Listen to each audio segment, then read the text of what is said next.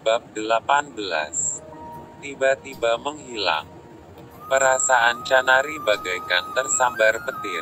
Matanya langsung melotot setelah mendengarkan perkataan calon suaminya yang tiba-tiba bertanya kayak gitu. Apa mungkin ada maksud lain yang sedang direncanakan si Basten? Lu jangan macem-macem. Kok tumben lu bertanya kayak gitu? Entah rencana apa lagi yang sedang lu rencanain. Canari berkata khawatir sambil merapatkan kedua paha dan menyilangkan tangannya di dadanya. Gua serius. Lu suka gak sama gua? Dan kayaknya gak susah menjawab pertanyaan gua ini. Tinggal bilang suka atau tidak. Perkataan Basten terdengar keras. Lagian apa lagi yang lu sembunyiin dari gua? Jika niat gua buruk sama lu, pasti itu sudah gua lakuin sejak dari kemarin. Canari melirik di luar kaca mobil setelah mendengarkan perkataan Basten. Benar juga sih. Walaupun dia salah satu lelaki bajingan, makhluk menyebalkan yang pernah gua kenal, tapi dia gak pernah macam-macam sama gua. Batin Chan yang masih penasaran apa maksud Basten. Lu kenapa tiba-tiba nanya kayak gitu sama gua? Gadis itu mencari tahu maksud dari perkataan Basten. Lu tinggal jawab aja, suka atau tidak. Canari kembali melihat pria menyebalkan itu. Hatinya bertanya-tanya apakah dia membenci lelaki itu, atau tidak. Tapi baginya, dialah satu-satunya lelaki yang mampu mengabulkan dan memberikan apa yang kuminta. Mengabulkan setiap apa yang kuinginkan. Tentu tidak, gua tidak mungkin membencinya. Namun, apakah gua yakin menyukainya? Kalau menurut gua sih, suka sama Bull, tapi kayaknya gak deh. Sejauh ini yang gua rasain, gua suka sama lu, karena setiap apa yang kuinginkan, apa yang gua mau kakak tidak pernah menolaknya. Semua yang kuminta lu kabulkan, intinya lu berikan gua kebebasan untuk bisa meminta apa yang gua mau. Wajah yang sedikit terlihat kesal terpancar di wajah Basten, karena lagi-lagi Chan melibatkan nama pria yang sudah lama ia sukai itu. Kalau masalah kebebasan, gua bisa memberikannya sepenuhnya sama lu. Maksudnya, perkataan yang membuat Chan bingung mengartikannya. Gua bisa memberikan lu kebebasan, apa yang lu minta gua kabulkan semuanya sepanjang hidup lu, asalkan. Asalkan apa? Lu jangan macam-macam. Lagi-lagi Chan memotong pembicaraan Basten yang mengartikan maksud pria itu ke hal negatif. Iya, benar seperti apa yang ada di otak lu. Tapi gua gak minta saat ini. Nanti kalau kita udah nikah di situ gua minta hak gua sebagai suami lu. Mendengarkan perkataan barusan, Canari langsung menelan ludahnya dengan tatapan mata yang melotot ke arah Basten yang begitu menginginkan dirinya. Pernikahan ini cuma sebuah kesepakatan. Bahkan lu bilang setelah beberapa bulan nantinya kita udah nikah lu suruh gua berselingkuh sama Bull. Canari mengingatkan kembali apa yang pernah dikatakan Basten kepadanya. Iya. Tapi kesepakatan itu gua ubah. Jika lu benar-benar mau kebebasan nantinya, lu harus memberikan yang gua mau. Lu harus ngasih apa yang gua mau. Sebuah perkataan yang tegas dari Basten.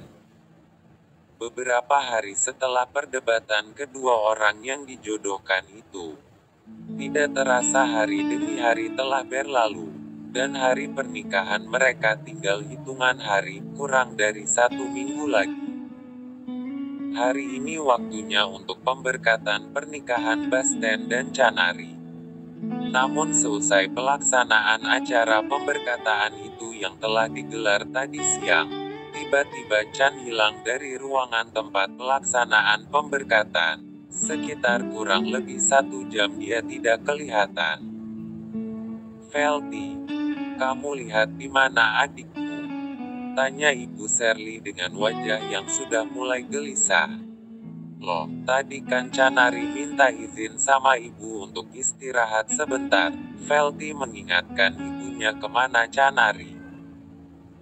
Iya, tapi adikmu tidak ada di kamarnya.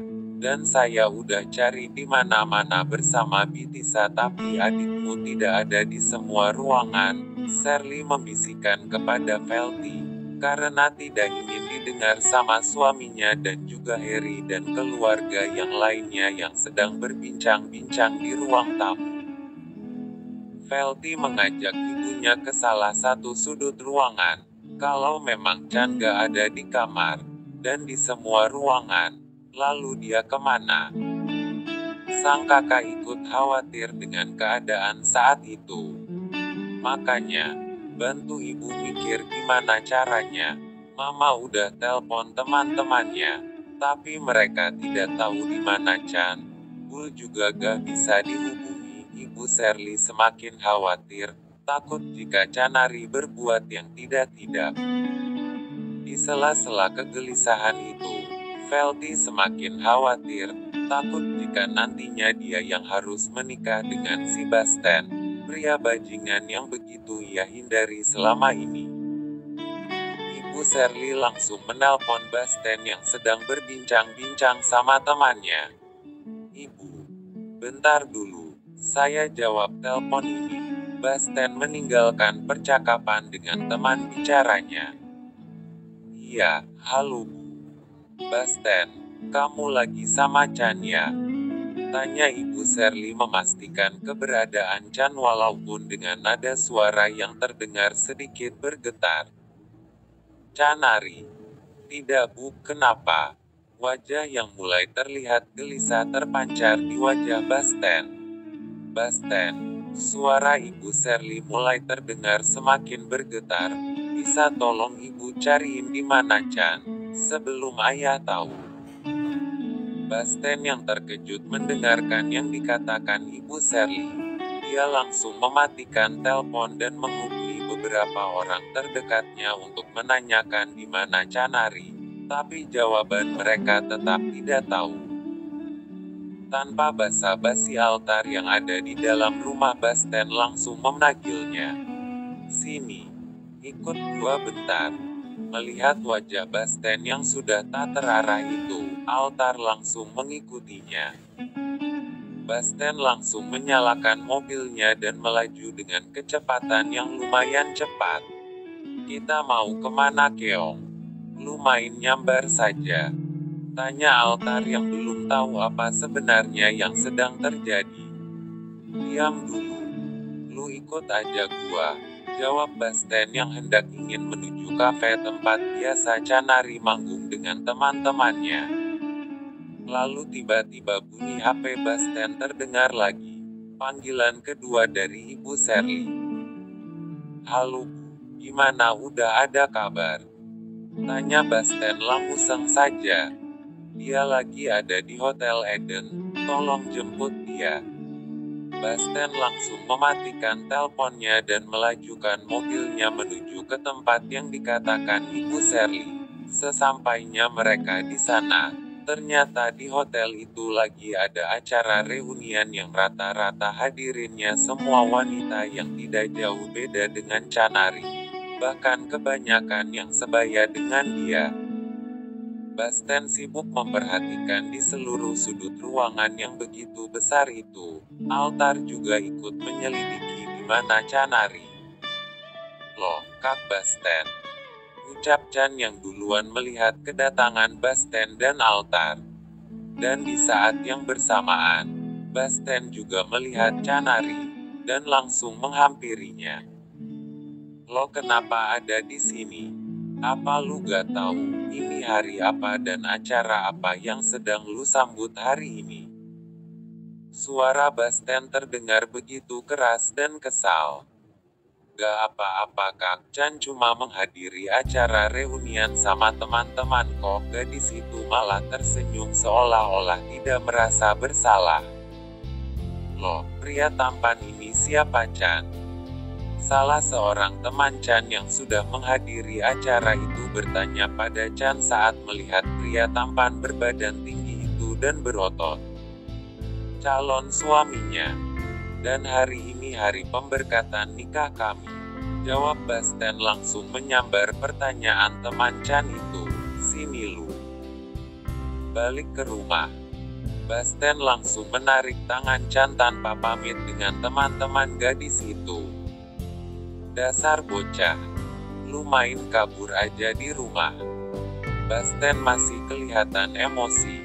Sementara Altar sibuk di bangku belakang melihat HP-nya.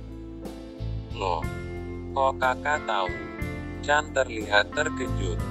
Iyalah, ibu nelpon gua nanya ini. Sampai ibu nangis. Tahu. Sentak Basten dengan penuh kekecewaan. Bunyi HP Basten terdengar lagi. Dan ini panggilan ketiga dari Ibu Shirley. Halo, Bu. Jawab Basten terdengar santai. Ibu, bisikan Canari saat mendengarkan jawaban Basten dari telepon yang dijawabnya. Lanjut ke bab berikutnya.